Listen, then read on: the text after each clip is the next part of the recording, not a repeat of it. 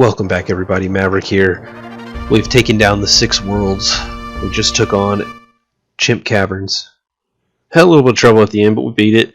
And now we just have one more thing to do. One more thing to do, and that is take down the boss, King K. Rool, or Captain K. Rool. He changes his honorifics depending on the game. I think this one actually may be King K. Rool. Either way, it's going to be the ultimate showdown between two muscular animals, ape versus crocodile, beefing over excess bananas. Might not seem important to us, but it is of utmost importance to them. Let's head into the ring. Okay, so here we are. Gangplank Galleon. Now, again, we took the long way around the mountain to get to this ship that we're going to be on, but the reason we did that is to collect all of our bananas, restore our banana hoard, get all the bananas we can so we can put them in our hut and allow them to rot, because there's no way we're going to eat them all. And now we're going to go kick the shit out of the guy who stole those bananas in the first place, King K. Rool, on his own ship. Okay, he's a bit of a shit talker, King K. Rool. You can see the bananas on the ground here. He's got more bananas over here. He's just got the evidence laying around. You can see the island in the background. He's throwing his crown at us. Now, he's built like a linebacker, but don't look at that. Don't be fooled. He is a fullback. He's just a fleshed out fullback with a 40 time of 4.4. Look at him. He's trying to bulldoze us, and he will do it if you give him a chance. So be careful. Okay, now he's jumping. Look how athletic he is. He's a superior animal as far as athletic ability goes. Ah, fuck. Oh, there we go. I almost timed that so wrong. Okay. Now this time there's going to be a second wave of cannonballs. Don't be caught off guard by it. Kind of have to roll out of the way to get to safety. Jump on his head. We got one more round of cannonballs.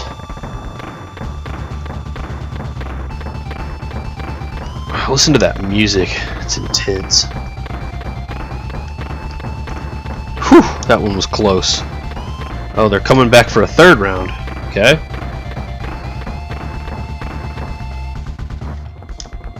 Jump on his head. Now watch this. This is an interesting feature of this game. Donkey Kong starts celebrating and the credits start to roll. But note the music is still in battle mode. The end question mark. This isn't some like, is there going to be a sequel? It means, is this the end of this battle right now? And the answer is no, because watch this. It's the ultimate fake out. Watch out, because he's getting up and he's jumping. Oh my god! I specifically said watch out because he's getting up and jumping, and then I just didn't heed my own advice.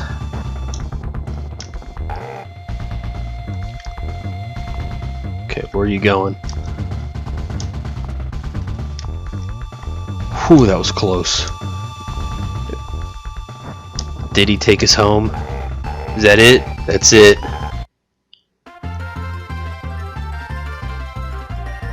Now that is the end for real. We get a big ass banana that drops down. We go talk to Cranky Kong, who actually is probably the ultimate shit talker in all of Donkey Kong series. Says he's an old man and he can do it all better, basically. And he hits you with his... what is that called? Cane? Yeah, I almost said walker. But he keeps smacking you with his cane. I don't know if I'm a big fan of Cranky Kong. He's an old curmudgeon who, you know, thinks he can do it all better. Now here's our Kong's banana hoard. I mean, it's a bittersweet victory. Like, yeah, we got it. But did we need it? We absolutely did not need it.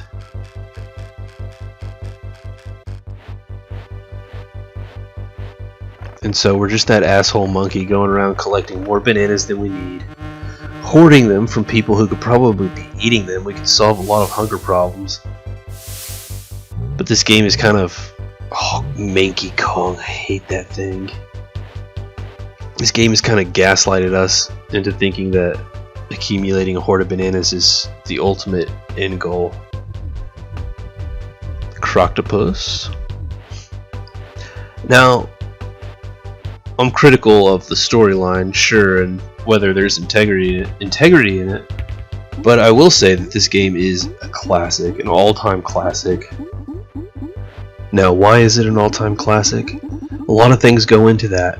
It's a simple game at face value. Sure, you're a Donkey Kong, a monkey, and Diddy Kong, another monkey, going around, beating up on Kremlins, trying to get your bananas back.